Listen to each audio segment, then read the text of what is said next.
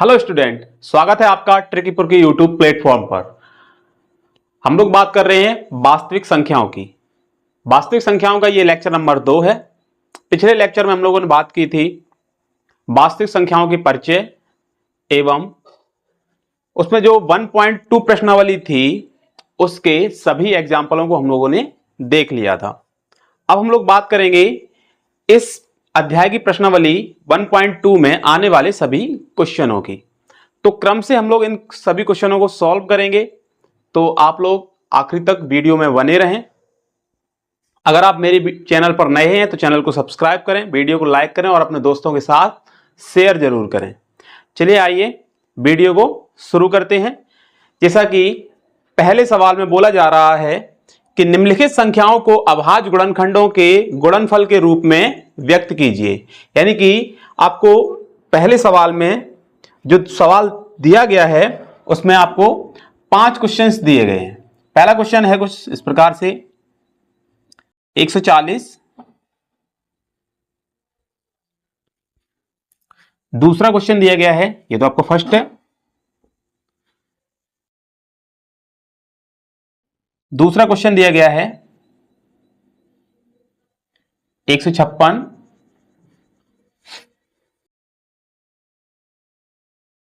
Third question दिया गया है आपको इसमें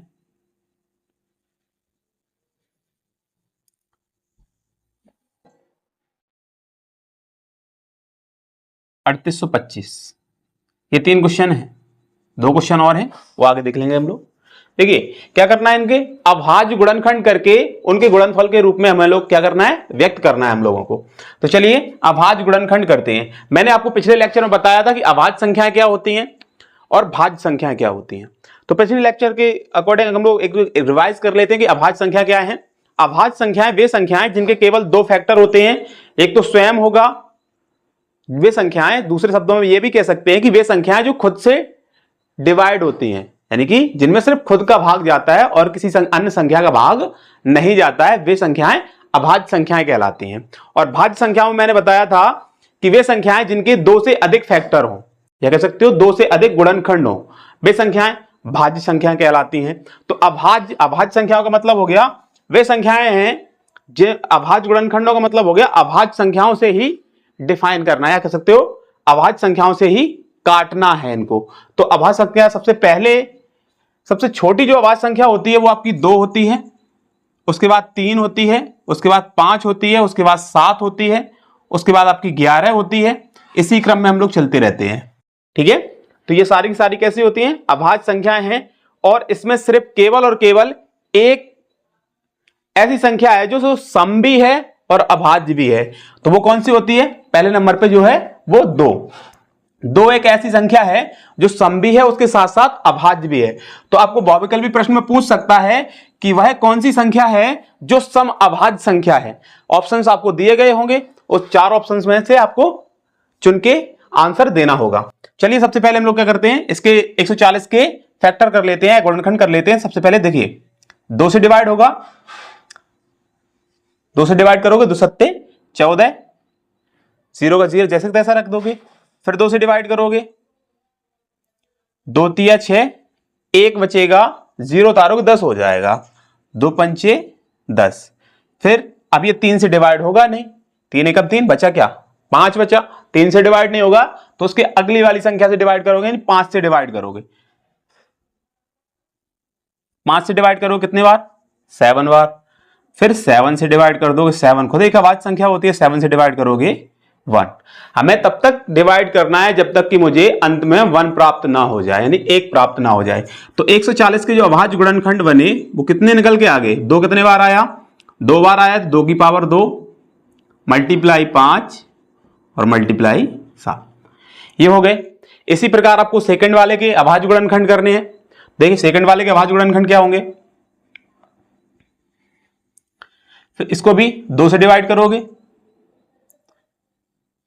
2 सत्ते 14, 1 बचेगा, 6 उतारोगे 16 हो जाएगा, 2 अट्ठे 16।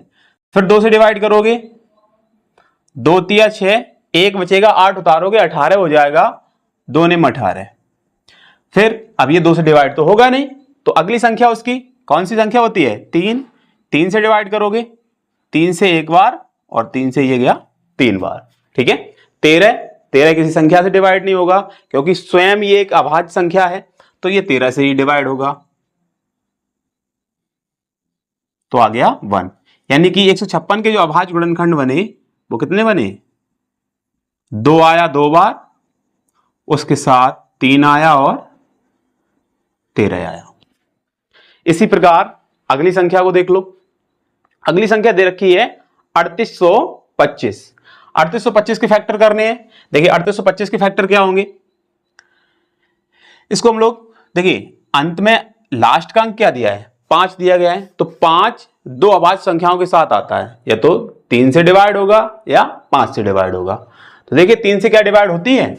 3 एकम 3, हाँ, और बचेगा कितना? 1 बचेगा, सॉरी 1 भी नहीं बचेगा, 3 एकम 3, 8 में भाग दोगे तो 3 दूनी 6, कितना बचेगा? 2 बचेगा, 2 उतार लोगे 22 हो जाएगा, 3 सत्ते 21 और 3 बचे 15, यानी कि 3 से ये डिविजिबल है, मतलब डिवाइड हो जाएगा। 3 एकम 3, 3 दूनी 6, 3 सत्ते 21 और 3 बचे 15। क्या फिर से ये 3 से डिवाइड होगा? बिल्कुल कहेंगे सर बिल्कुल डिवाइड होगा। देखिए 3 चौक 12, 3 दूनी 6, 1 बचा, 5 को दे दिया 15 हो गया, 3 बचे 15। क्या अभी भी 3 से डिवाइड होगा?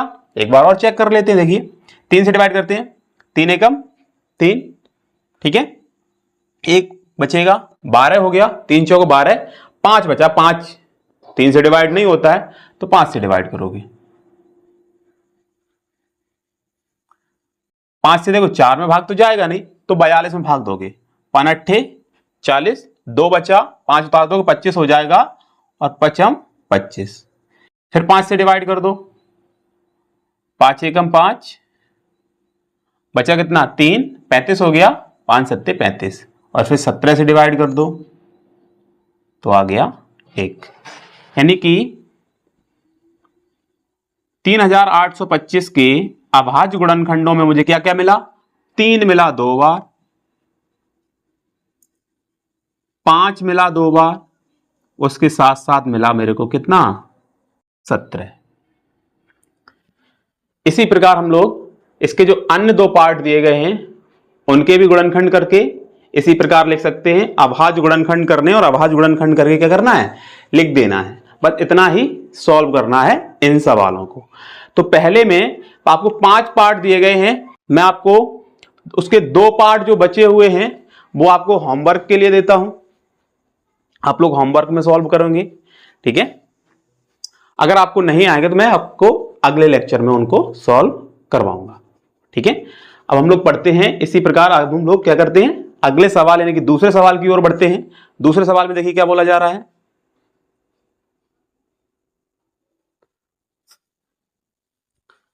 आप लोगों ने नोट कर लिया होगा।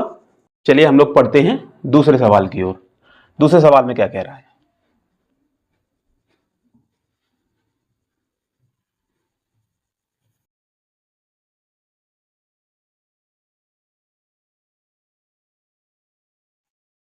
अगर आप लोगों को वीडियो अच्छी लगी तो वीडियो को लाइक जरूर करें, चैनल को सब्सक्राइब करें और अपने दोस्तों के साथ शेयर करें। चलिए हम लोग चलते हैं दूसरे सवाल की। दूसरे सवाल में देखो बोला जा रहा है कि पूर्णांकों के निम्नलिखित युग्मों के एचसीएफ और एलसीएम ज्ञात कीजिए तथा इसकी जांच कीजिए कि 2 संख्याओं का गुणनफल बराबर होगा एचसीएफ मल्टीप्लाई एलसीएम। यानी कि 2 संख्याएं दी गई हैं, सबसे पहले उनका एचसीएफ निकालना है, उसके बाद एलसीएम निकालना है, उसके बाद चेक ये भी करना है कि दोनों संख्याओं का गुणनफल क्या बराबर होगा एचसीएफ गुणे एलसीएम। चलिए देखिए इसका फर्स्ट पार्ट, सवाल आपको दिया गया है 26 और 91, 91, 26 और 91।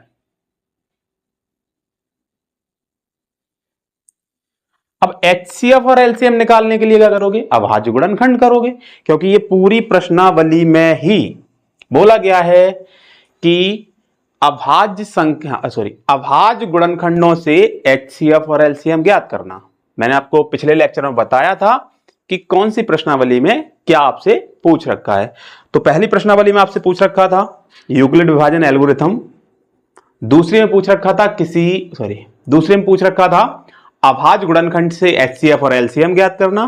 तीसरी प्रश्नावली है आपकी किसी अपरिमेय संख्या को सिद्ध करना, और चौथी प्रश्नावली है आपकी जो दी गई है वो है दशमलव प्रसार, जिसमें मैंने आपको बताया था पिछले लेक्चर में कि आपकी जो दो प्रश्नावली है यानी कि 1.1 और 1.4 यूक्लिड विभाजन एल्गोरिथम और दशमलव प्रसार, यूपी बोर्ड, एमपी बोर्ड और बिहार बोर्ड, ये तीन बोर्ड में नहीं है।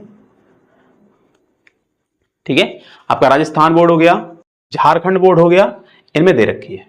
ठीक है, तो हमें सिर्फ वही पढ़ना है जो हमारे सिलेबस में है। तो हमारे सिलेबस में ये प्रश्नावली यानी कि ये प्रश्नावली जो हम लोगों ने स्टार्ट की थी ये सभी के सिलेबस में थी, इसलिए मैंने कॉमन प्रश्नावली को स्टार्ट किया था। अब सबसे पहले इसको हम लोग कंप्लीट कर लेंगे, मतलब जो दो प्रश्नावलियां सभी के कॉमन हैं उनको हम लोग सबसे पहले कंप्लीट कर लेंगे, उसके बाद जो दो प्रश्नावलियां बचेंगी उनको भी मैं करवाऊंगा। तो आप लोग इस चैप्टर के प्रत्येक लेक्चर को देखते रहिए। चलिए देखते हैं क्या करते हैं। देखिए यहां पे ये देखिए 2 से डिविजिबल है यानी कि 2 से डिवाइड होगा क्या? बिल्कुल बोलेंगे सर होगा। 2 एकम 2, 2 तिया 6। अब 13 खुद में एक अभाज्य संख्या है तो 13 तो डिवाइड किसी से होगा नहीं, 13 से ही डिवाइड होगा, आ गया 1। अर्थात कहने का मतलब है 26 के गुणनखंड करने पर मुझे क्या मिला? 2 मिला और 13 मिला। उसके साथ साथ मैं अब इसके भी गुणनखंड कर लेता हूं 91 की। देखिए 91 के गुणनखंड करने पर लास्ट डिजिट क्या है, इकाई अंक क्या है? 1 है। तो इकाई अंक जो है वो दो संख्याओं में आता है, एक तो 3 में आएगा और 7 में आएगा। क्या देखते हैं ये 3 से डिवाइड होगा? 3 से डिवाइड करते हैं, देखिए 3 त्रिका 9, पूरा डिवाइड हो गया, 1 बच गया, तो 3 से डिवाइड नहीं होगा। देखते हैं 7 से डिवाइड होगा क्या? 7 1 जा 7, बचा कितना? 2 बचा ना, 1 उतारोगे 21 हो गया, 7 तिया 21, 13 फिर से आ गया और 13 से ही डिवाइड होगा, 1 आ गया। अर्थात कहने का मतलब है 91 के फैक्टर करने पर मुझे मिला 7 × 13। पूछा क्या है? सबसे पहले पूछा है कि HCF और LCM बताओ, तो इन दोनों का HCF क्या होगा? मैंने आपको पिछले लेक्चर में बताया था कि HCF के लिए क्या करते हैं? HCF के लिए कॉमन पद की न्यूनतम घात लेते हैं और LCM के लिए कॉमन पद की अधिकतम घात लेते हैं, उसके साथ साथ जो पद बच जाते हैं उनको भी लिया जाता है। तो HCF में देख लीजिए कॉमन पद क्या हो रहा है? कॉमन पद हो रहा है 13, तो इसका HCF जो बन जाएगा वो 13 बन जाएगा। LCM क्या बनेगा देखते हैं।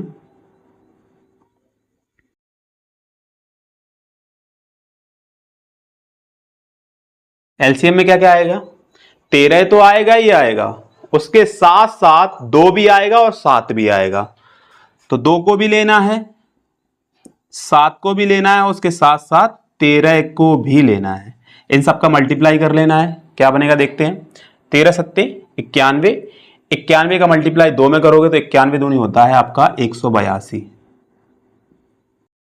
LCM निकल के आ गया 182 और इसका HCF आ गया 13। अब बोला गया है लास्ट में कि आपको चेक करना है कि दोनों संख्याओं का गुणनफल बराबर होगा HCF गुणे LCM। तो सबसे पहले दोनों संख्याओं का मल्टीप्लाई कर लेना है, उसके बाद HCF और LCM का मल्टीप्लाई कर लेना है। अगर दोनों बराबर निकलते हैं तो कह देंगे कथन सत्य है। चलिए देखते हैं।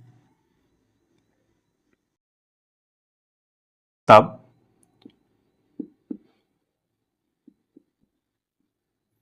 दोनों संख्याओं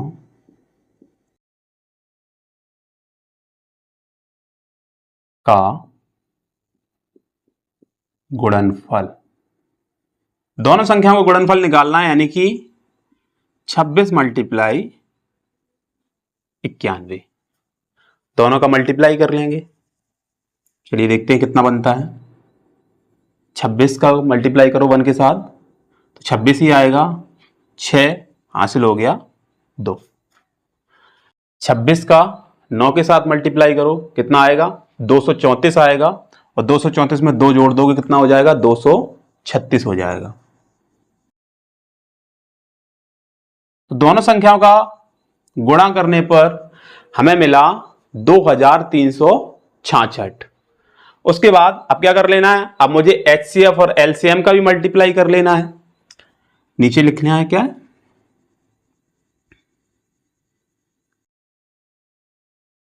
इसलिए एचसीएफ मल्टीप्लाई एलसीएम। जैसा जैसा मैं कर रहा हूं वैसा ही वैसा आपको पेपर में भी करना है। चलिए देखते हैं, मल्टीप्लाई कर लेते हैं। एचसीएफ कितना था? 13 था।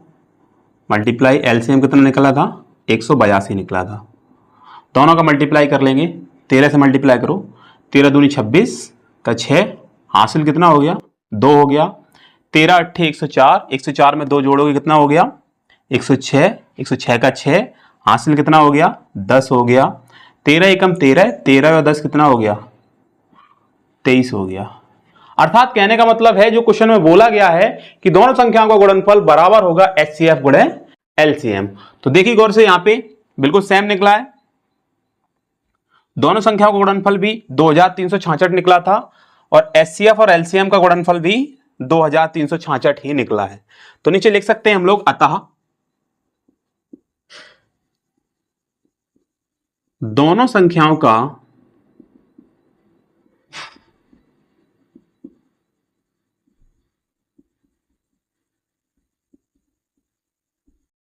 गुणनफल बराबर होगा एचसीएफ मल्टीप्लाई एलसीएम। ये कथन उसने बोल रखा था और हमने ये कथन सिद्ध कर दिया उसका, क्योंकि हमारे दोनों आंसर कैसे निकले? इक्वली निकले, बराबर निकले हैं। तो उसका जो कथन कहने का मतलब था वो कैसा हो गया? सत्य हो गया। नोट कर लीजिए फटाफट। फिर हम लोग इसके सेकंड पार्ट पर चलते हैं। सेकंड पार्ट में क्या बोला जा रहा है?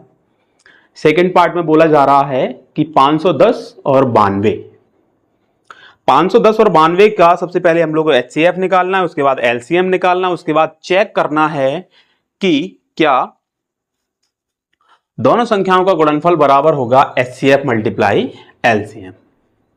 ठीक है, तो नोट कर लिया होगा आप लोगों ने। चलिए अगले सवाल पे चलते हैं। अगर आपको वीडियो अच्छी लग रही है तो वीडियो को लाइक करें, चैनल को सब्सक्राइब जरूर करें और अपने दोस्तों के साथ वीडियो को शेयर करें। ज़्यादा से ज़्यादा जितना हो सके उतना शेयर करें अपने दोस्तों के साथ।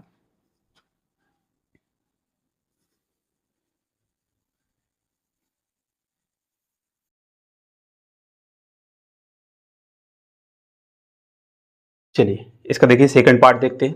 सेकंड पार्ट में बोला गया है 510 है,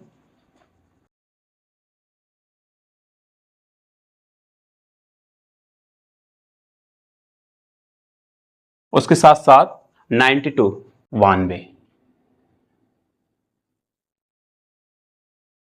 दोनों के सबसे पहले अभाज्य गुणनखंड कर लेना, उसके बाद एचसीएफ और एलसीएम निकालना, उसके बाद बताना है कि दोनों संख्याओं का गुणनफल बराबर एचसीएफ गुणा एलसीएम होगा या नहीं होगा।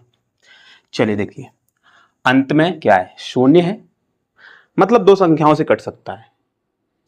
अगर किसी संख्या के अंत में क्या आ जाए? 0 आ जाए। किसी संख्या के अंत में अगर 0 आता है तो वो दो संख्याओं से डिवाइड हो सकती है, एक तो 2 और दूसरा 5। क्योंकि संख्या के अंत में 0 तभी आता है जब 2 और 5 मिलते हैं। 2 और 5 नहीं मिलेंगे तो संख्या के अंत में 0 नहीं आएगा। ऐसा मैंने आपको पिछले लेक्चर में एक एग्जाम्पल करवाया था, 4 की पावर n था। वहां पे मैंने 4 के जो फैक्टर किए थे तो मुझे सिर्फ केवल 2 मिला था और उसने बोला था कि जांच करनी थी कि 4 की पावर n की किसी प्राकृत संख्या, जो n थी वो प्राकृत संख्या थी, n के किसी मान के लिए 0 पर समाप्त होगी या नहीं होगी। तो वहां पर मुझे 5 नहीं मिला था, इसलिए वो संख्या 0 पर समाप्त तो नहीं हो सकती थी। चलिए आइए देखते हैं, 2 से डिवाइड होगा, क्योंकि मैंने अभी आपको बताया सिर्फ 0 अगर इकाई का अंक 0 है तो दो ही संख्याओं से डिवाइड हो सकता है, एक तो 2, दूसरा 5। 2 से डिवाइड कर दीजिए, 2 से डिवाइड करोगे 2 दूनी 4, 1 बचेगा, 1 उतार लोगे 11 हो जाएगा, 2 पंचे 10, फिर से 1 बचेगा, 0 उतारोगे 10 हो जाएगा, 2 पंचे 10। अब कितना आ गया? 255। ये क्या 3 से डिवाइड होगा? देखते हैं। बिल्कुल 3 से डिवाइड होगा। 3 8 24, कितना बचा? 1 बचा, 3 बचे 15। यानी कहने का मतलब ये है, तब तक हम अगली संख्या पर नहीं जाते हैं जब तक कि उस संख्या से डिवाइड होता रहता है। अगर उस संख्या से डिवाइड नहीं होता है तो उसकी अगली अभाज्य संख्या से डिवाइड करते हैं। अगर उससे डिवाइड नहीं होगा तो उसकी अगली वाली संख्या से देखें। डायरेक्टली हम लोग 2 के बाद सीधा डायरेक्ट 5 से नहीं डिवाइड करेंगे, ठीक है। चलिए, अब ये 3 से डिवाइड नहीं होगा तो हम लोग उसके अगली वाली संख्या यानी उसके अगली अभाज्य संख्या यानी 5 से डिवाइड करेंगे। तो 5 से डिवाइड करोगे, 5 एकम 5, बचेगा आपके पास 3, 5 उतार लोगे कितना आ जाएगा? 35 हो जाएगा, 5 सत्ते 35। उसके बाद 17 खुद में एक अभाज्य संख्या है तो 17 से ही डिवाइड होगा, और 17 बन जा 17, ठीक है। उसके बाद आ जाइए इधर, देखते हैं क्या मिलता है मेरे को। 92 के अभाज्य फैक्टर करने पर 2 से डिवाइड होगा सबसे पहले, तो क्योंकि अंत में 2 है, सम संख्या है तो सम से ही डिवाइड होगा। 2 चौको 8, कितना बचा? बचा आपके पास 1, 12 हो गया, 2 छिक्के 12। फिर आपका 2 से फिर डिवाइड हो जाएगा, 2 दूनी 4, 2 तिया 6। अब 23 खुद में एक अभाज्य संख्या है, 23 से ही डिवाइड होगा, 23 बन जा, और 23 बन जा 23, ठीक है। यानी 510 के अभाज्य गुणनखंड करने पर मेरे को मिला, क्या मिला मेरे को? 2 मिला, 3 मिला, 5 मिला और 17 मिला। उसके बाद 92 के अभाज्य गुणनखंड करने पर मेरे को मिला 2 की पावर 2। उसके बाद और क्या मिला मेरे को? 23 मिला। अब देखिए 23 मिल गया। अब मुझे क्या निकालना है? HCF निकालना है। तो HCF के लिए पिछले सवाल में हम लोगों ने क्या किया था? कॉमन पद की न्यूनतम घात, न्यूनतम का मतलब हो गया जो छोटी घात हो, तो कॉमन पद की न्यूनतम घात, कॉमन पद क्या हो रहा है? 2 हो रहा है। यहां पे पावर 2 है, यहां पे पावर कुछ नहीं लगा है, मतलब 1 होगा। तो न्यूनतम घात लेनी है, मतलब 2 की पावर 1 या था 2 लेना है। चलिए, HCF तो 2 हो गया। LCM देखते हैं क्या बनता है।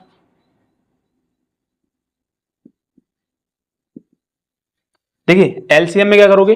LCM में मैंने बताया था कॉमन पद की अधिकतम घात लेनी है, उसके साथ साथ जो पद बचेंगे उनको भी इंक्लूड कर लेना है, उनको भी साथ में ले लेना है। तो 2 की पावर 2 लेना है,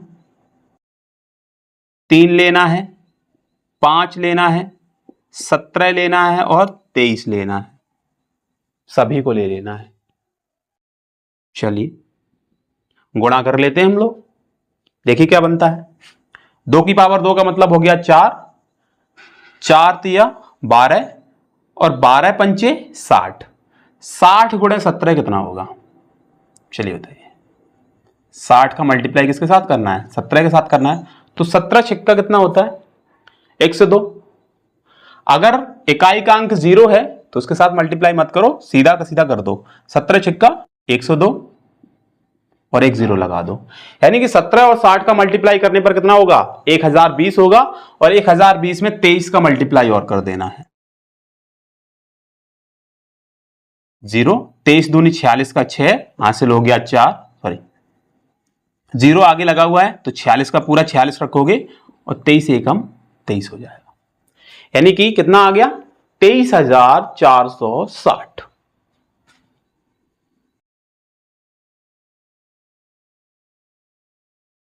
एलसीएम बना 23,460। अब मुझे उसने जो कथन बोला है उसको सिद्ध करना है। यानी कि मुझे निकालना है कि दोनों संख्याओं का गुणनफल क्या बराबर होगा HCF मल्टीप्लाई LCM। सबसे पहले तब दोनों संख्याओं का क्या करना है, गुणनफल निकालना है।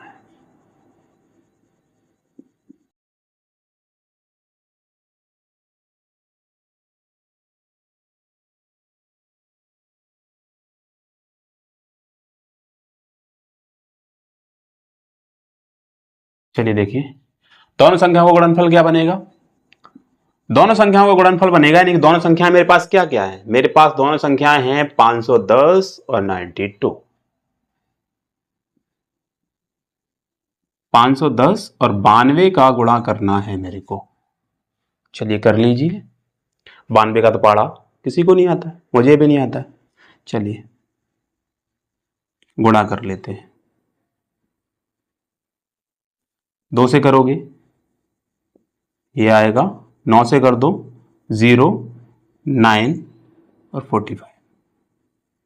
क्या बनेगा 0, 2, 9, 5 और 1 6, यानी कि 46,920 बना। कितना बना 46,920। दोनों संख्याओं का गुणनफल करने पर मेरे को मिला 46,920। ठीक है, उसके बाद देख लेना है HCF और LCM का मल्टीप्लाई करने पर क्या मिलता है।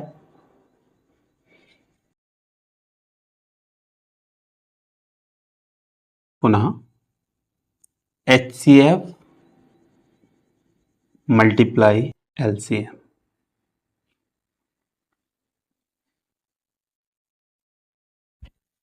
चलिए HCF और LCM को मल्टीप्लाई कर लेते हैं। HCF कितना निकल के आया था, 2 निकल के आया था, और LCM कितना निकल के आया था 23,460।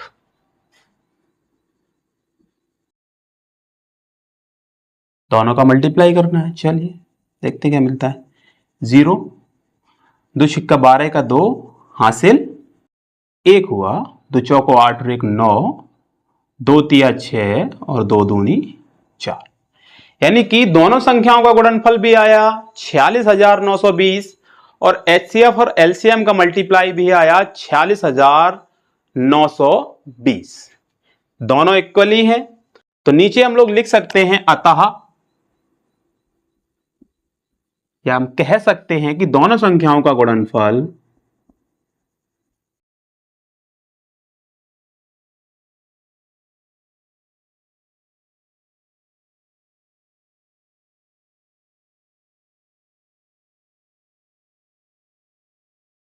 बराबर होगा HCF मल्टीप्लाई LCM। कह सकते हैं, नोट कर लीजिए फटाफट से, मैं एक तरफ हो जाता हूं, आप लोग नोट कर लीजिए। फिर हम लोग पढ़ते हैं अगले सवाल की ओर। इसका जो थर्ड पार्ट है वो आप लोग खुद कर लोगे। 336 और 54, 336 और 54 के सबसे पहले अभाज्य गुणनखंड कर लेने हैं, उसके बाद HCF और LCM निकाल लेना है। सेम इसी प्रकार से फिर से दोनों संख्याओं का गुणनफल निकालोगे, उससे के बाद HCF और LCM का गुणनफल निकालोगे, और दोनों अगर इक्वली होते हैं, दोनों अगर बराबर होते हैं, तो नीचे लिख दोगे अतः दोनों संख्याओं का गुणनफल बराबर होगा HCF गुणा LCM। ठीक है, सबको समझ आ रहा होगा। अगर समझ आ रहा है तो वीडियो को फटाफट से लाइक कर दीजिए और कमेंट में जरूर बताइएगा कि आपको वीडियो कैसी लगी। आप लोग कमेंट नहीं करते हो, मैंने पीछे वीडियो में देखा आप लोगों ने कमेंट नहीं किया था। आप लोगों को कमेंट में जरूर बताना है आपको वीडियो कैसी लगी। और अगर आपको कोई क्वेश्चन आपका डाउट में है तो आप लोग कमेंट बॉक्स में भेज सकते हैं उसको, मैं अगली क्लास में उसको सॉल्व करवा दूंगा इस चैप्टर से रिलेटेड, जो भी आपका क्वेश्चन होगा। लेकिन आप लोग कमेंट जरूर करें, कमेंट से क्या होता है, मोटिवेशन मिलता है, मुझे भी लगेगा कि हाँ आप लोग पढ़ रहे हैं, आप लोग मेरी वीडियो को देख रहे हैं, आप लोग पढ़ रहे हैं, कॉपी पेन लिए हुए हैं, नोट कर रहे हैं। बिना कॉपी पेन के कोई ना बैठे, कॉपी पेन जरूर साथ में लेकर बैठे। चलिए अगले सवाल पे चलते हैं हम लोग। इसका थर्ड पार्ट आपके लिए होमवर्क है, आप लोग कमेंट में उसका आंसर बताएंगे।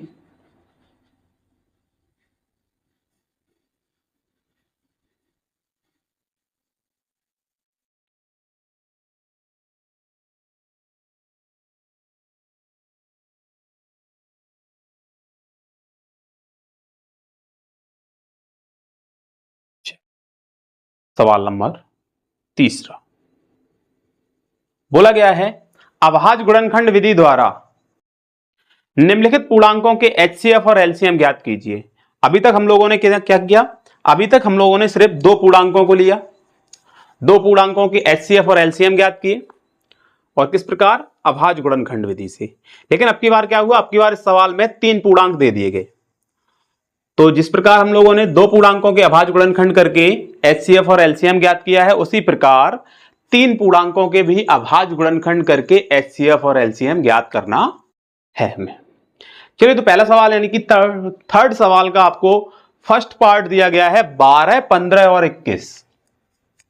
क्या क्या दिया है, दिया है 12, 15 और 21।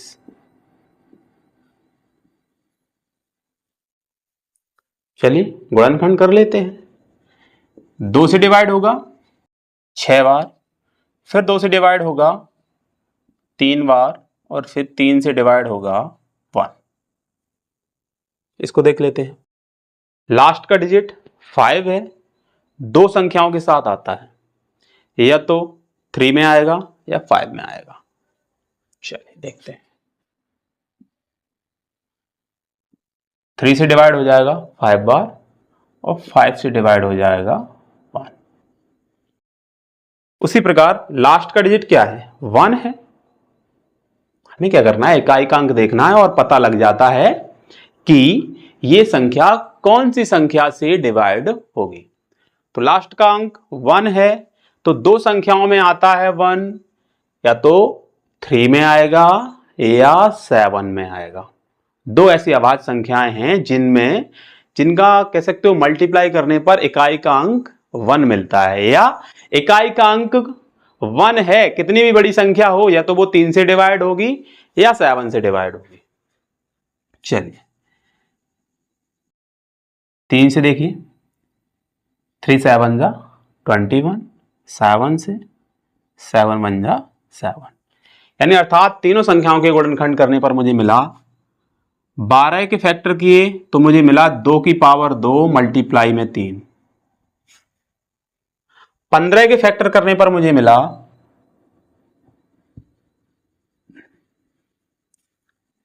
3 मिला और 5 मिला। उसके बाद 21 के फैक्टर करने पर मुझे मिला 3 मिला, और उसके साथ साथ 7। उसने पूछा है कि HCF क्या होगा और LCM क्या होगा। तो HCF क्या होगा, मैंने बताया था HCF में कॉमन पद की न्यूनतम घात लेनी है। तो HCF क्या बनेगा, HCF बनेगा, कॉमन पद क्या हो रहा है, तीनों जगह क्या उपस्थित है, तीनों जगह 3 उपस्थित है, और सब पर पावर कितनी है, 1 ही है। तो HCF हो गया 3। LCM क्या होगा, LCM के लिए मैंने बताया था कि कॉमन पद तो लेना ही लेना है, कॉमन पद की अधिकतम घात लेनी है, उसके साथ साथ लेना है जो पद बच गए हैं उनको भी। तो 2 की पावर 2 लोगे, 3, उसके साथ 5, और उसके साथ 7, सभी संख्याएं ले लो। चलिए देखिए, 2 की पावर 2 का मतलब हो गया 4, 4 का मल्टीप्लाई 3 के साथ 12, 12 का मल्टीप्लाई 5 के साथ 60, और 60 का मल्टीप्लाई 7 के साथ करोगे तो हो जाएगा 7 छंग 42, यानी कि 420। LCM निकल के आ गया 420, HCF निकल के आ गया इसका 3। किसी को कोई डाउट, किसी को कोई डाउट नहीं हुआ? बिल्कुल सिंपल सा सवाल था। नोट कर लीजिए। फिर हम लोग इसके सेकंड पार्ट पर चलते हैं। सेकंड पार्ट में देखिए क्या बोला गया है।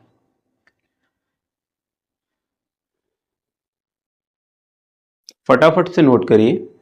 अगर आप मेरे चैनल पर नए हैं, चैनल को सब्सक्राइब कर लीजिए, वीडियो को लाइक कर दीजिए और अपने दोस्तों के साथ शेयर जरूर करिए। जितना हो सके उतना अपने दोस्तों के साथ शेयर करिए।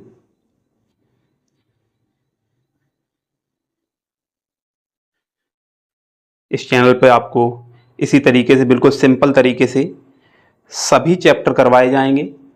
एक भी चैप्टर नहीं छोड़ा जाएगा। सारे के सारे सभी चैप्टर करवाने के बाद मैं आप लोगों के लिए लेके आऊंगा मॉक टेस्ट, यानी कि बिल्कुल जैसा पेपर होता है, पेपर के तरीके के मैं आप लोगों के लिए टेस्ट लेके आऊंगा। और प्रत्येक चैप्टर से हम लोग मॉक टेस्ट लगाएंगे। प्रत्येक चैप्टर का एक बहुत ही शानदार और बहुत ही बेहतरीन तरीके से रिवीजन करेंगे आगे चल के, जब हम लोग पूरा सिलेबस खत्म कर लेंगे। उसके बाद इसको हम वन शॉट में सारे के सारे चैप्टर कंप्लीट कर लेंगे। हर चैप्टर का आपको वन शॉट मिलेगा, जिससे कि आपके चैप्टर का रिवीजन हो सके फास्ट तरीके से।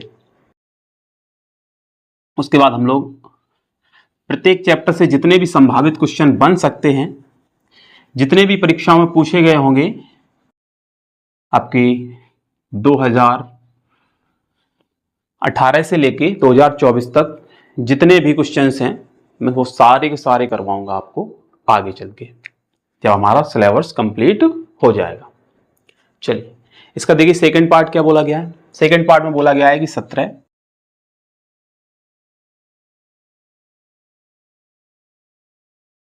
23 और 29। 17, 23 और 29 तीनों की तीनों अभाज्य संख्याएं हैं, किसी ये अन्य संख्या से नहीं कटेंगी। 17 17 से डिवाइड होगा, 23 23 से डिवाइड होगा और 29 29 से डिवाइड होगा। एचसीएफ और एलसीएम पूछा गया है। अब आप लोग कहोगे कि सर इसमें तो कॉमन कुछ हो नहीं रहा है, तो एचसीएफ क्या बनेगा? तो सभी को पता है कि सभी संख्याओं के इनटू में क्या होता है, 1 होता है। यानी हर संख्या के इनटू में क्या रहेगा, 1 रहेगा। जब एक रहेगा तो सभी के साथ एक रहेगा, तो एचसीएफ इनका क्या बनेगा, 1 बनेगा। और एलसीएम के लिए तीनों संख्याओं का हम लोग क्या कर लेंगे, मल्टीप्लाई कर लेंगे। तो ये सवाल सभी लोग घर से कर सकते हैं क्या? अगर नहीं तो मैं इसको सॉल्व कर दे रहा हूं। ठीक है, आइए देखिए।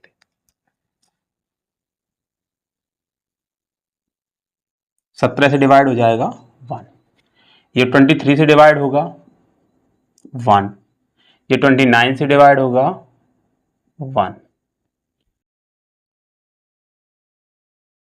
17 के फैक्टर क्या मिले, 17 के गुणनखंड करने पर मुझे मिला सिर्फ 17 मल्टीप्लाई 1, लिख सकते हो। 23 के फैक्टर करने पर मुझे मिलेगा 23 मल्टीप्लाई 1। 29 के गुणनखंड करने पर मुझे मिल सकता है 29 मल्टीप्लाई में 1। तो इसका एचसीएफ क्या बनेगा, एचसीएफ बनेगा जो कॉमन हो रहा हो। तो कॉमन क्या हो रहा है, 1 ही तो हो रहा है, और तो कोई संख्या कॉमन हो नहीं रही है। तो अन्य संख्या कोई कॉमन नहीं हो रही है, तो इसका एचसीएफ क्या बनेगा, 1 बनेगा। और एलसीएम क्या बनेगा, एलसीएम बनेगा 17 मल्टीप्लाई 23 मल्टीप्लाई 29। तीनों संख्याओं का मल्टीप्लाई कर लीजिएगा और आपका आंसर आ जाएगा। मल्टीप्लाई करके आपको इस एलसीएम का आंसर कमेंट बॉक्स में करना है कि इसका आंसर क्या होने वाला है, यानी कि इसका एलसीएम क्या होगा, ये आपको कमेंट बॉक्स में बताना है। चलिए, इसके थर्ड पार्ट को आप लोग होमवर्क में नोट कर लीजिए। होमवर्क में करेंगे आप लोग 8, 9 और 25। तीन संख्याएं दी गई हैं, 8, 9 और 25। इसका एचसीएफ और एलसीएम आपको ज्ञात करना है। ठीक है, चलिए अब हम लोग चलते हैं अगले सवाल की ओर। सवाल नंबर 4।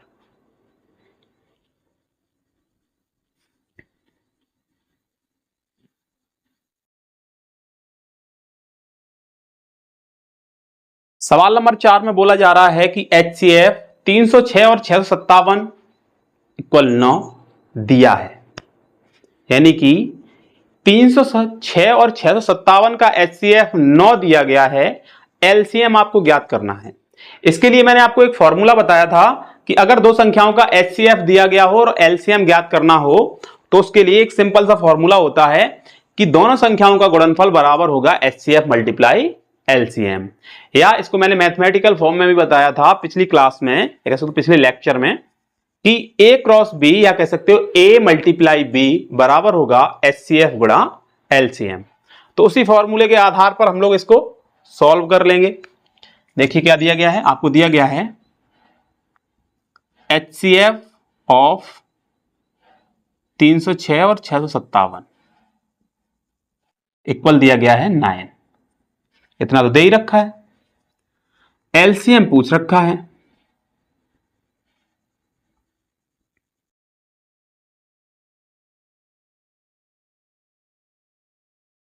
ये निकालना है, आपको फाइंड करना है। चलिए निकालते हैं। फॉर्मूला तो पता ही है सभी को। तो फॉर्मूला क्या होता है, तब फॉर्मूला मैंने बताया था कि A क्रॉस B बराबर होगा HCF मल्टीप्लाई LCM। मतलब दोनों संख्याओं का गुणनफल बराबर होता है HCF गुणा LCM। मैंने ये बताया था आपको पिछले लेक्चर में। यहां से अगर LCM का मान निकालोगे तो यहां क्या है, मल्टीप्लाई लगा हुआ है, HCF मल्टीप्लाई में है। अगर मल्टीप्लाई वाली चीज का पक्षांतर कर देंगे या ट्रांसपोजिशन कर देंगे तो किस में जाएगा, डिवाइड में जाएगा। तो हो जाएगा LCM equal A cross B upon में क्या हो जाएगा, HCF। अब मुझको सारी की सारी वैल्यू पता है, सब वैल्यू को रख दीजिए। देखिए 306 657 अपॉन HCF कितना था, 9 था। 9 से डिवाइड कर दीजिए। 9 से डिवाइड होगा कोई संख्या, देखते हैं, देख लीजिए। 9 से इसको डिवाइड कर दीजिए। 9 तिया 27, 3 बचा, 6 उतारो 36 हो जाएगा। 9 चौक 36, यानी कि क्या निकल के आया, निकल के आया 34 मल्टीप्लाई 657। दोनों का मल्टीप्लाई कर लेंगे, आंसर मिल जाएगा। चलिए दोनों का मल्टीप्लाई कर लेते हैं, देखते हैं क्या मिलता है मेरे को। 34 और 657 का मल्टीप्लाई करना है।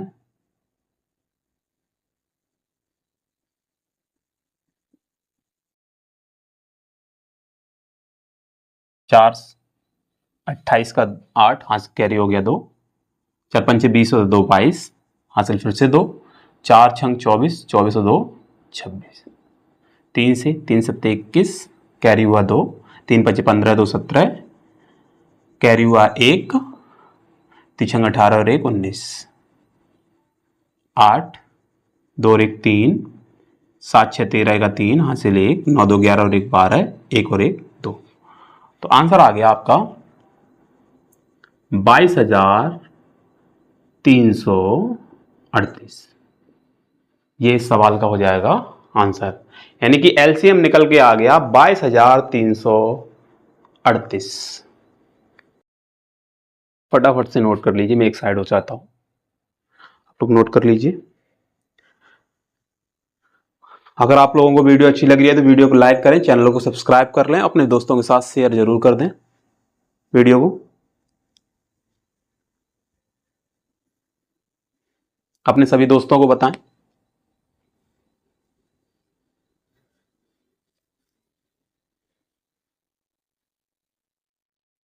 आपको कमेंट में यह भी बताना है कि आपको वीडियो कैसी लगी।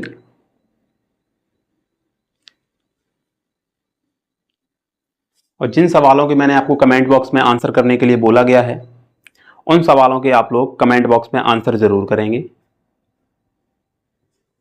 चलिए अगले सवाल पर चलते हैं हम लोग।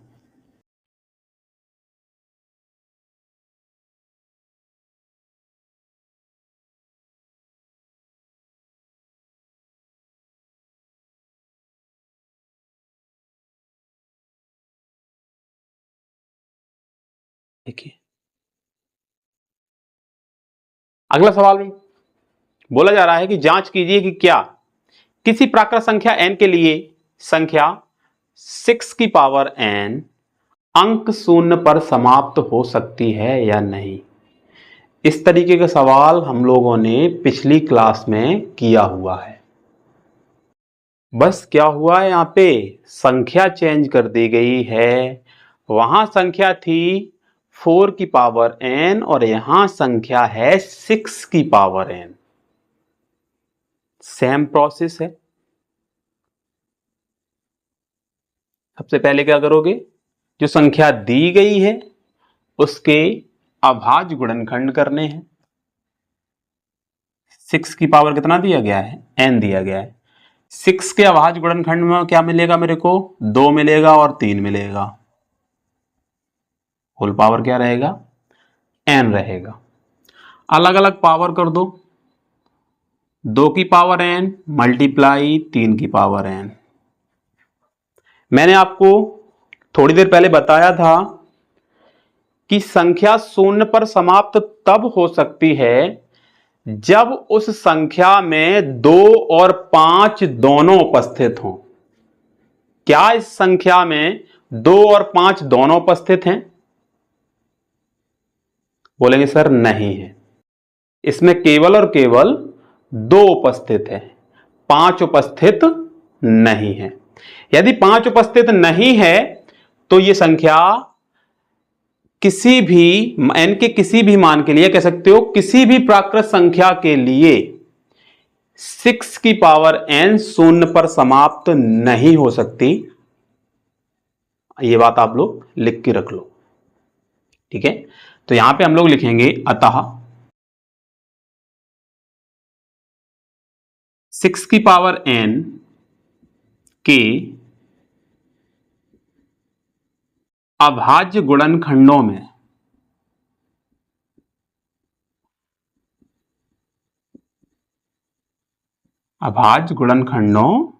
में 5 उपस्थित नहीं है।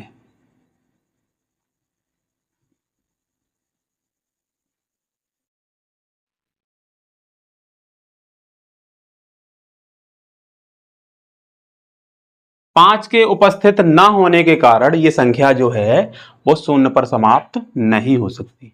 5 उपस्थित नहीं है तब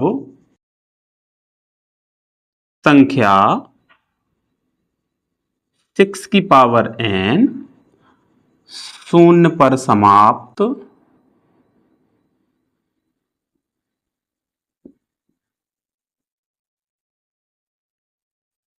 नहीं होगी। यह हो जाएगा इसका आंसर। नोट कर लीजिए, साइड हो जाता हूं मैं।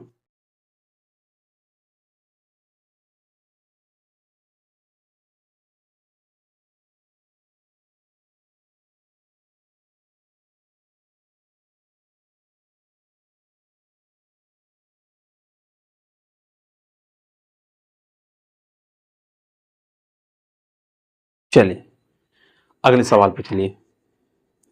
अगले सवाल में क्या बोला जा रहा है,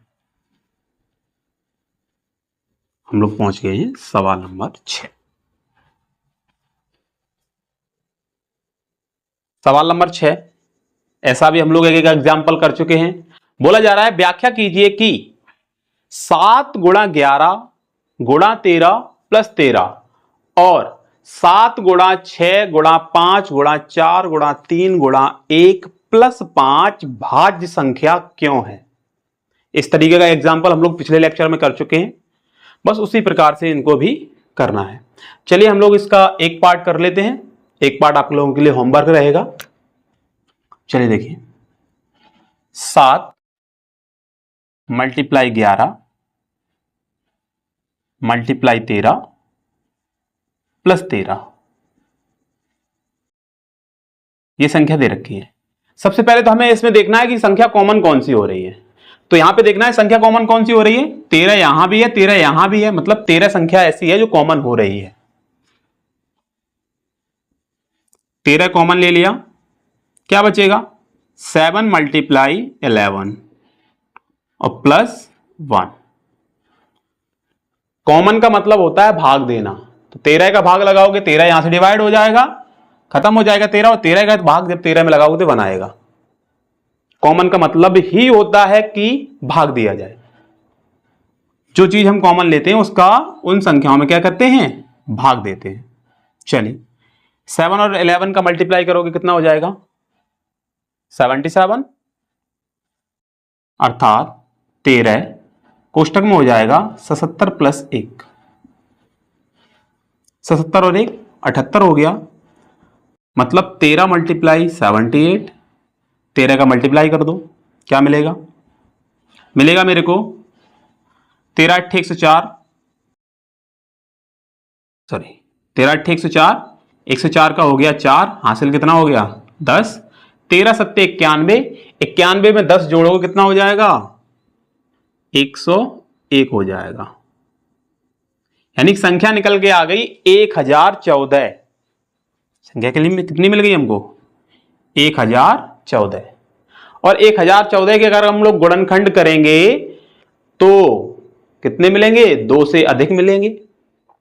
तो मैंने बताया था कि भाज्य संख्याओं की डेफिनेशन होती है कि वे संख्याएं जिनके अभाज्य गुणनखंड 2 से अधिक हों, 2 से अधिक कितने भी हो जाए भाज्य संख्या कहलाती है।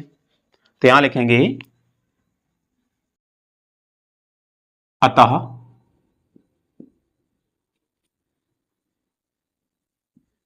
दी गई संख्या के, क्योंकि मुझे को पूछा गया है कारण क्या है इसका, ये भाज्य संख्या क्यों है, कारण बताना पड़ेगा। अतः दी गई संख्या के 2 से अधिक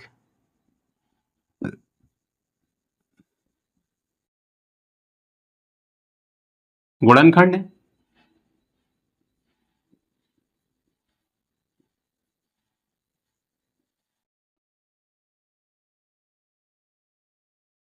तब संख्या कैसी होगी, संख्या भाज्य होगी। इसी तरीके से आप लोग इसका सेकंड पार्ट जो दिया गया है 7 multiply 6 multiply 4 5 multiply 4 multiply 3 multiply 2 multiply 1 plus 5, बिल्कुल सेम प्रोसेस से इसी तरीके से आप लोग इसका सेकंड पार्ट भी कर सकते हो।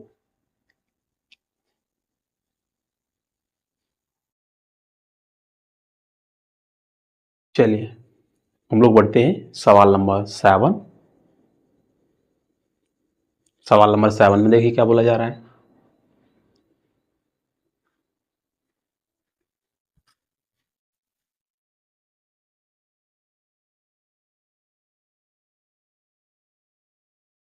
सवाल नंबर 7 में बोला जा रहा है किसी खेल के मैदान के चारों ओर एक वृत्ताकार पथ है, इस मैदान का एक चक्कर, इस मैदान का चक्कर लगाने में सोनिया को 18 मिनट लगते हैं, जबकि इसी मैदान का एक चक्कर लगाने में रवि को 12 मिनट लगते हैं।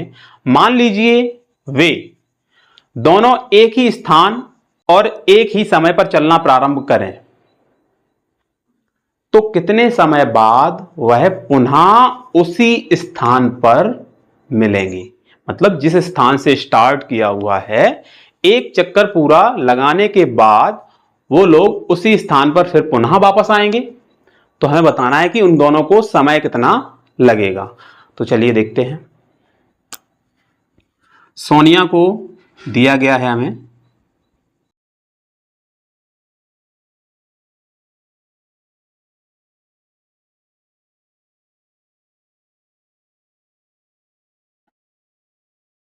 एक चक्कर लगाने में लगा समय बराबर 18 मिनट, और रवि को इसी मैदान का एक चक्कर लगाने में जो समय लग रहा है वो लग रहा है 12 मिनट।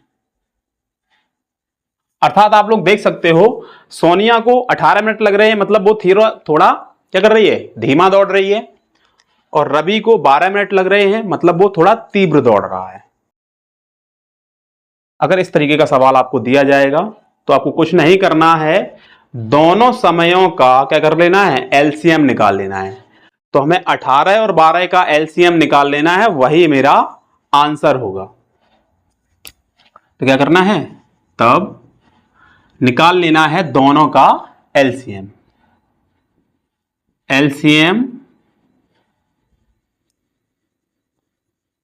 एलसीएम ऑफ 18,12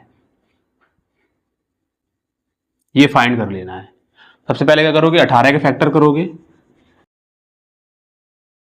2 से डिवाइड कर दो, 2 निम 18, 3 से डिवाइड कर दो, फिर 3 से डिवाइड कर दो, 1 आ जाएगा। 12 के फैक्टर कर लो, 2 से डिवाइड करो, 2 छिक्का 12, फिर 2 से डिवाइड करो, 2 तिया 6, फिर 3 से डिवाइड करोगे तो 1। तो एलसीएम क्या बनेगा, एलसीएम बनेगा, मैंने बताया, देखिए 18 के फैक्टर करने पर मुझे मिला 2 मल्टीप्लाई 3 की पावर 2, और 12 के फैक्टर करने पर मुझे मिला 2 की पावर 2 मल्टीप्लाई में 3। एलसीएम में क्या होता है, कॉमन पद तो लेना ही है, लेकिन अधिकतम घात लेनी होती है। तो 2 की अधिकतम घात 2 की पावर 2, 3 की अधिकतम घात 3 की पावर 2, 2 की पावर 2 का मतलब 4 होता है, 3 की पावर 2 का मतलब 9 होता है, दोनों का मल्टीप्लाई करने पर 36 आएगा। यानी कि दोनों अगर एक साथ दौड़ना प्रारंभ करेंगे तो उन दोनों को पुनः उसी स्थान पर वापस आने के लिए 36 मिनट का समय लगने वाला है।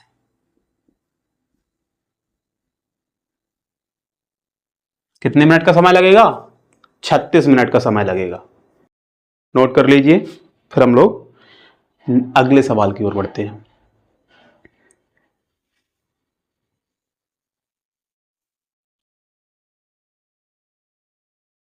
आशा करता हूं आप लोगों ने नोट कर लिया होगा। चलिए सवाल नंबर 8 देखिए,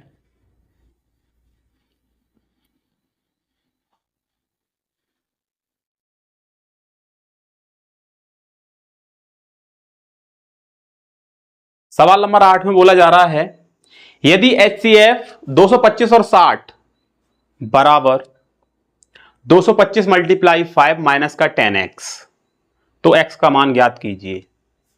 यानी कि बोला गया है कि अगर 225 और 60 के HCF को 225 गुणा 5 माइनस का 10x लिखा जाता है तो x का मान क्या होगा। क्या बोला गया, बोला गया कि HCF 225, 60 इसको उन्होंने लिख दिया है 225 मल्टीप्लाई 5 माइनस का 10x। ये चीज उन्होंने लिख दी है, आपको बताना है कि x का वैल्यू क्या होगा। तो x का वैल्यू निकालने के लिए सबसे पहले आपको 225 और 60 का HCF निकालना होगा। तो चलिए हम लोग 225 और 60 का HCF निकालते हैं।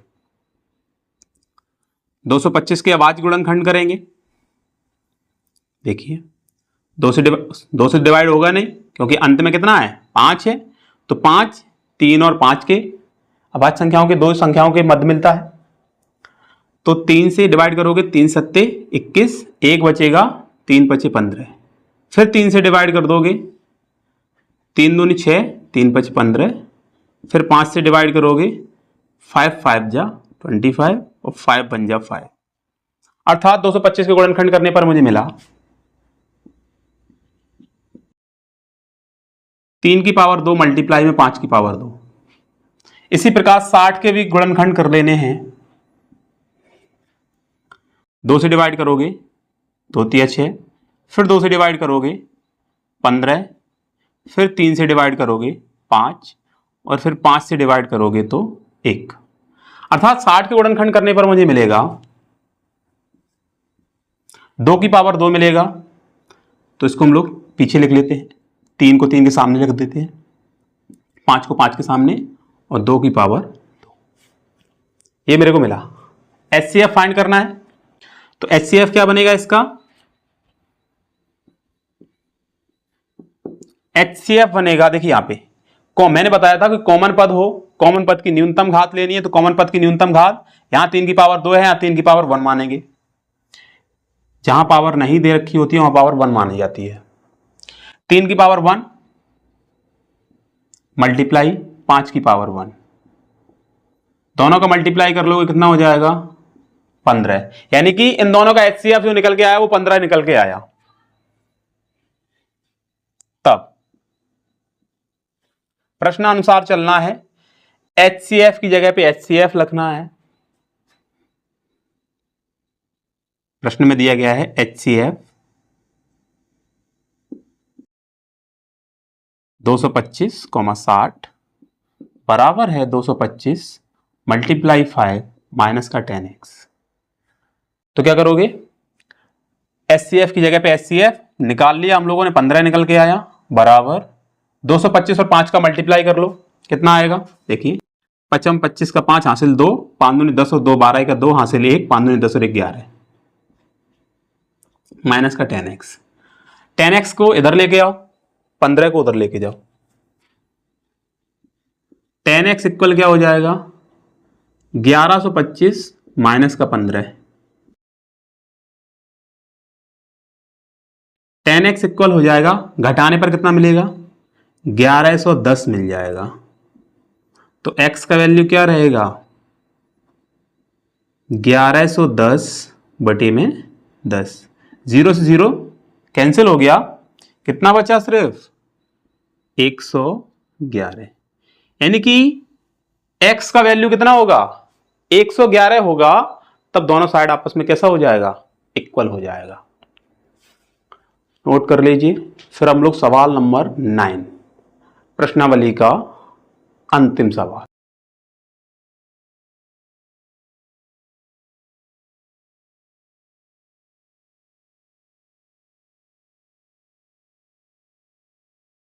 अगर आप लोगों को वीडियो अच्छी लग रही है तो वीडियो को लाइक जरूर कर दें, चैनल को सब्सक्राइब कर लें और नोटिफिकेशन बेल को जरूर से ऑन कर लें, जिससे कि आपको क्लास का नोटिफिकेशन क्लास से पहले मिल जाए। चलिए चलते हैं सवाल नंबर 9, प्रश्नावली का अंतिम सवाल है। एनसीईआरटी में आपके जितने भी एग्जाम्पल आएंगे, जितने भी क्वेश्चन आएंगे, मैं सारे के सारे सॉल्व करवाऊंगा। और अब अगर आप लोग किसी अन्य बुक से पढ़ रहे हैं, एनसीईआरटी को छोड़कर किसी अन्य बुक से पढ़ रहे हैं, जैसे कि मान लीजिए आपका हो गया एक्टिव का बुक हो गया, राजीव का बुक हो गया, मनोहर रे का बुक हो गया, अग्रवाल का बुक हो गया, किसी भी बुक से आप पढ़ रहे हैं, अगर आप किसी भी क्वेश्चन में अटक रहे हैं तो आप लोग कमेंट बॉक्स में उस क्वेश्चन को पिन कर दें।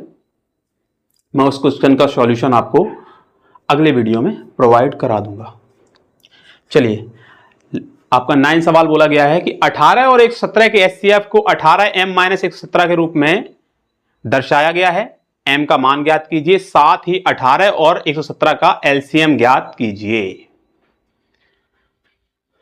क्या दिया गया है? दिया गया है कि 18 और 117 का HCF, ठीक है ना, HCF ऑफ 18, 117 बोला गया है कि 18m - 117 के रूप में लिखा हुआ है। सबसे पहले m का मान बताना है, उसके बाद बताना है कि इसका LCM क्या होगा। चलिए हम लोग निकाल लेते हैं। HCF निकालने के लिए सबसे पहले 18 और 117 के क्या करने पड़ेंगे? अभाज्य गुणनखंड करने पड़ेंगे। तो 18 के अभाज्य गुणनखंड कर लो, 2 से डिवाइड करोगे 9 बार हो जाएगा, फिर 2 से डिवाइड नहीं होगा, 3 से डिवाइड करोगे 3 बार, फिर 3 से डिवाइड करोगे तो 1 बार, ठीक है। उसके बाद 117 के अभाज्य गुणनखंड कर लेने हैं, 117। 2 से डिवाइड नहीं होगा क्योंकि 2 के टेबल में 7 नहीं आता है। 3 से डिवाइड होगा, 3 3 जा 9, 2 बचा, 27 हो गया, 3 9 जा 27। फिर 3 से डिवाइड हो जाएगा, 3 1 जा 3, 3 3 जा 9, 13 से डिवाइड हो जाएगा 1, अर्थात मेरे को 18 के अभाज्य गुणनखंड करने पर मिला 2 मल्टीप्लाई 3 की पावर 2, उसके बाद 117 के अभाज्य गुणनखंड करने पर मेरे को मिला 3 की पावर 2 मल्टीप्लाई में 13। दोनों का HCF क्या बनेगा?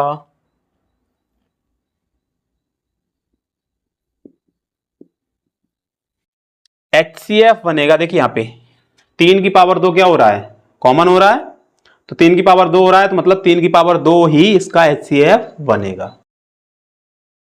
3 की पावर 2 अर्थात 9, तो इसका HCF क्या बना? 9। तब आ जाइए आगे, प्रश्नानुसार क्या था। तब प्रश्नानुसार था कि HCF 18 और 117 के HCF को उसने लिखा था 18m माइनस 117 के रूप में। तो क्या करोगे, HCF के स्थान पर HCF को रख दोगे, तो 9 इक्वल किसके होगा? 18m माइनस 117 के। 117 उधर से इधर लेके आओगे पक्षांतर, तो 9 प्लस 117 बराबर में क्या हो जाएगा? 18m। दोनों को जोड़ दो कितना हो जाएगा? 126 बराबर में 18m। m बराबर निकालना है, 18 मल्टीप्लाई में इधर आएगा तो भाग में, तो 126 बटे 18 बराबर में m। 18 से डिवाइड करोगे कितने बार? m बराबर आ गया 7। m का मान क्या होगा? 7 होगा। उसके बाद उसने बोला है कि इसका LCM भी ज्ञात करना है। LCM कौन से फॉर्मूले से निकालोगे?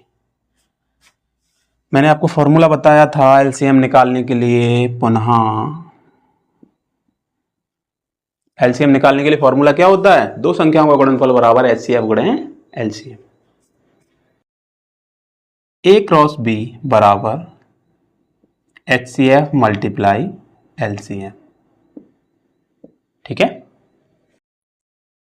LCM निकालना है, तो LCM बराबर क्या हो जाएगा? LCM बराबर हो जाएगा A cross B upon HCF। Value रख दो 18 और 117, अपॉन में कितना?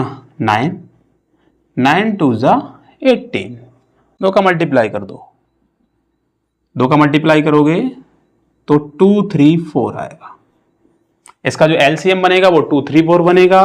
m का जो मान आएगा वो 7 आएगा। इसी के साथ आपका 1.2 प्रश्नावली समाप्त होगी। इसके अगर एक दो सवाल और होंगे मैं देख लूंगा बुक में, अगर और सवाल होंगे तो मैं अगली क्लास में करवा दूंगा। अगर आप लोगों को वीडियो अच्छी लगी है तो वीडियो को लाइक करें, चैनल को सब्सक्राइब जरूर करें। और अगली प्रश्नावली यानी कि 1.3 किसी अपरिमेय संख्याओं को सिद्ध करना, यह बहुत ही महत्वपूर्ण प्रश्नावली है। इस प्रश्नावली से एक सवाल बोर्ड एग्जाम में जरूर से पूछ लेता है। तो इसमें दो टाइप के सवाल होते हैं, वो आप लोगों को मैं कल की क्लास में डिस्कस करके बताऊंगा। दो सवाल कौन कौन से होंगे, दो टाइप कौन कौन से होते हैं, टाइप फर्स्ट और टाइप सेकंड। टाइप फर्स्ट थोड़ा लेंथी है, टाइप टू थोड़ा शॉर्ट है। तो अपना ख्याल रखिए। गुड बाय, टेक केयर, जय हिंद, जय भारत।